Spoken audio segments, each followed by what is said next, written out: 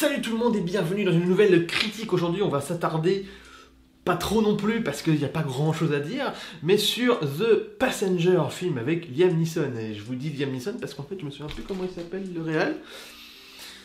En même temps avec un nom comme ça, donc c'est Jaume Collet-Serra et pas Collet-Serré. Je vais la couper celle-là. Alors, de quoi ça parle? C'est un cum qui rentre dans un train et il y a une grognasse qui vient le voir et qui lui dit il faut que tu trouves un intrus dans ce train. Parce qu'en fait, le cum, c'était un flic, un bon flic. Et comme c'est un bon flic, bah, il va trouver.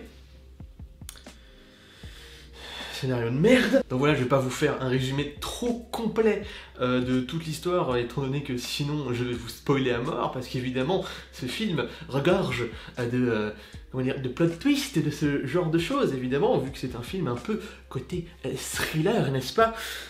Et donc voilà, je me suis préparé une fiche que j'ai pas apprise par cœur, normalement je les ai tous dans le crâne, c'est juste vite fait. Donc que je relise, putain, c'est censé être court, ça va durer encore 3 plombs. Vous allez voir. Vous allez voir. Vous allez voir. Alors pour commencer, je voudrais qu'on parle un petit peu de la scène d'introduction du film qui est relativement pas mal. Vraiment, c'est pas mal, c'est plein de bonnes idées. En fait, ce qui se passe, c'est un espèce de délire assez temporel et tout ça, où ça passe en fait d'un jour à l'autre, même des fois d'une saison à l'autre, je crois, pour montrer un petit peu la linéarité et la répétitivité en fait de la vie du personnage principal, Michael, super prénom, et pour prouver qu'en fait, au cœur de ses habitudes, pour sa vie, donc comme je disais, qui est très linéaire et répétitive, montrer que justement à un moment donné, il va y avoir c'est quoi le mot? Un élément perturbateur, voilà, j'ai cherché le mot pendant genre une bonne trentaine de secondes.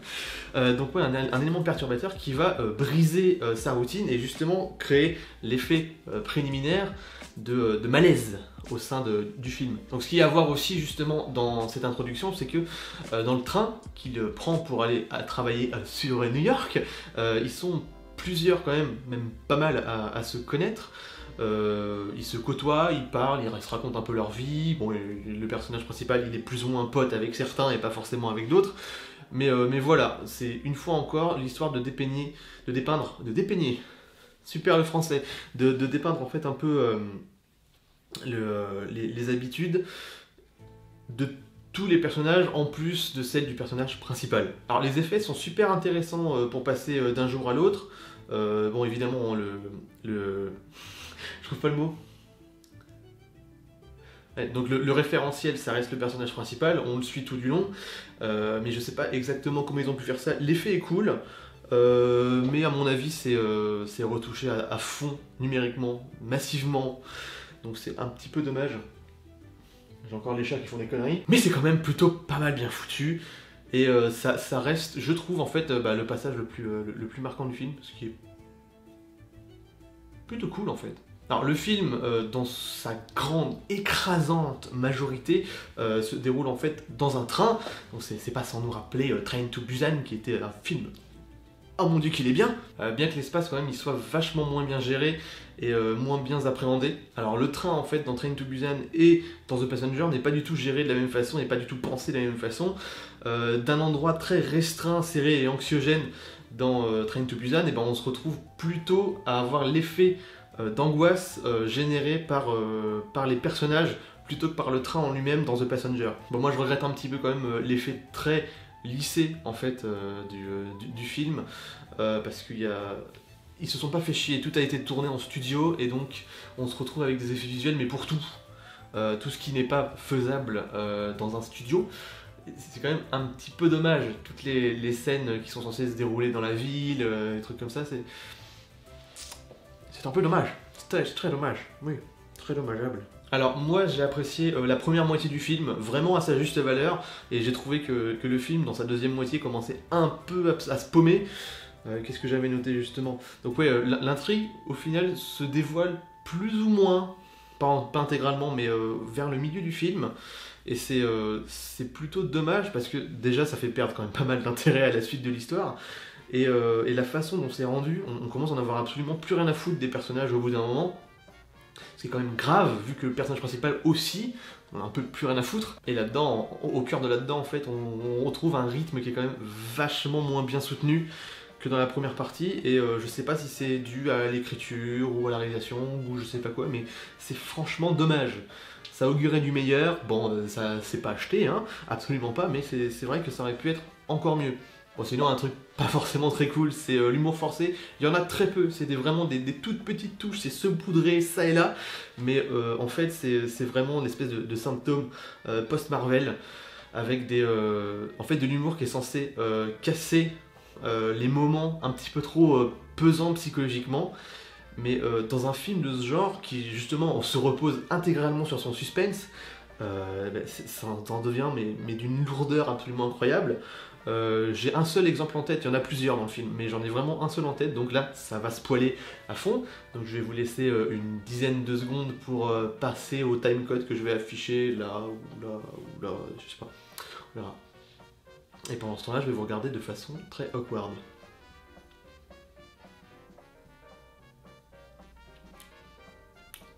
Il vous reste plus que 5 secondes. 3, 2... Ok, c'est bien. Donc ouais, à ce passage précis du film, en fait, c'est vers la fin. Donc c'est le climax final. Et ils ont réussi en fait à poser ce genre de blague qui est absolument ridicule.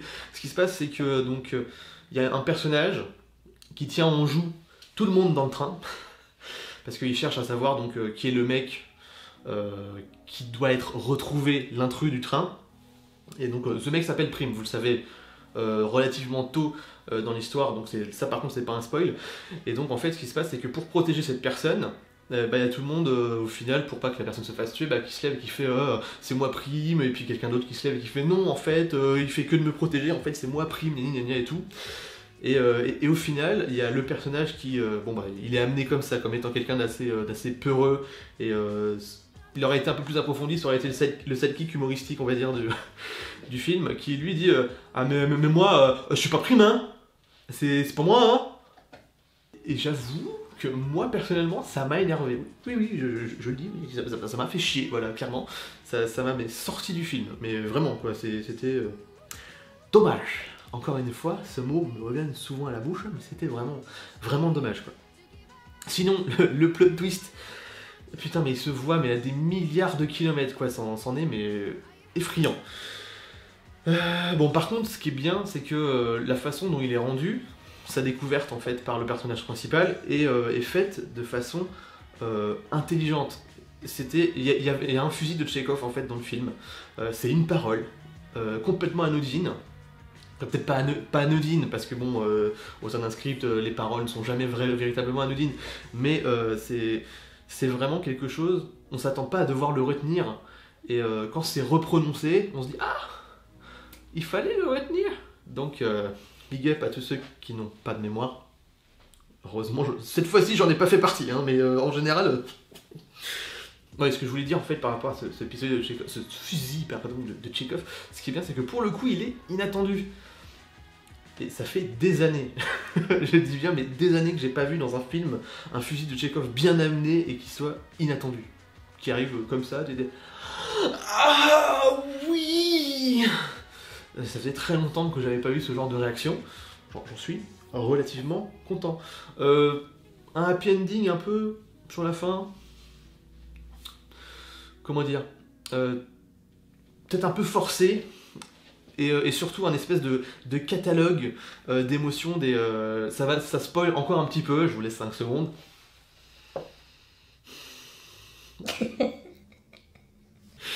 J'ai même complètement oublié d'annoncer la fin du spoil tout à l'heure, mais bon, c'est pas grave.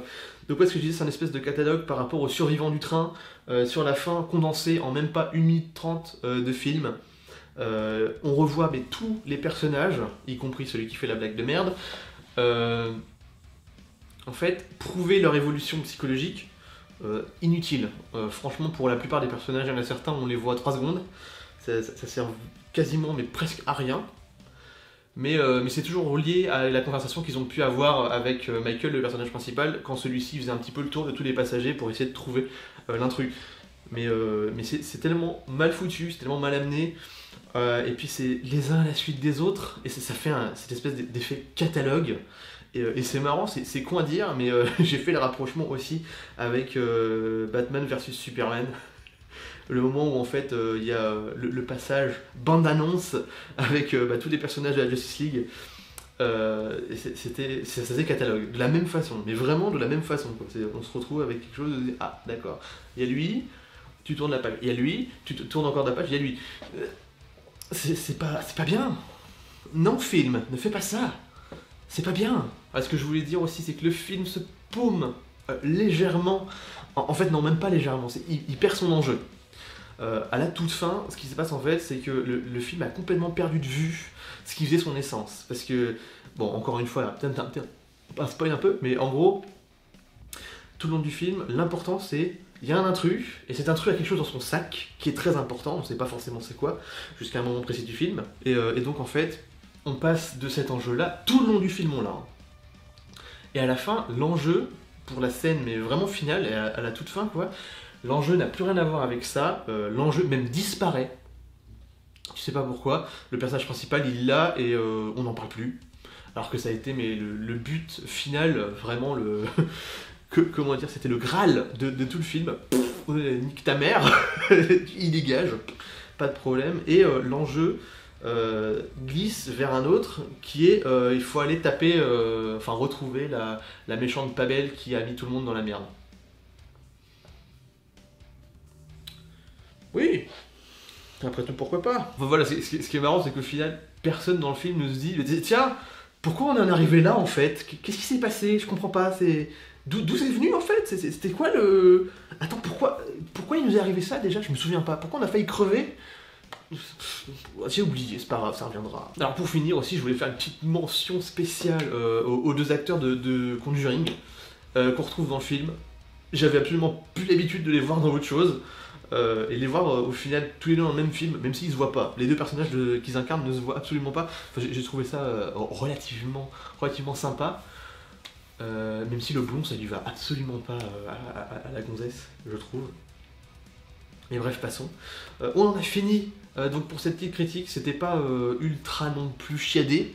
Parce que ce qui se passe, c'est que là, les deux dernières que j'ai faites, c'était vraiment du monté avec un travail d'écriture, un travail de montage. Là, c'est simplement un vlog à la Durandal ou à la In The Panda à l'époque. Et donc, il y en aura plus de ça. C'est ce qu'il y aura en majorité, ce qui est plutôt ou moins normal. Et quand il y aura des grosses sorties, je me ferai toujours, j'espère en tout cas, chier à faire vraiment des... Enfin chier, genre un truc ultra négatif. Non, à faire vraiment des vidéos mais très poussées, très travaillées. Enfin vous verrez bien ça, mais c'est pour dire qu'en gros, ce format-là, type vlog où peu ou voire même pas de montage et tout ça, c'est ce qu'il va y avoir principalement pour les sorties normales.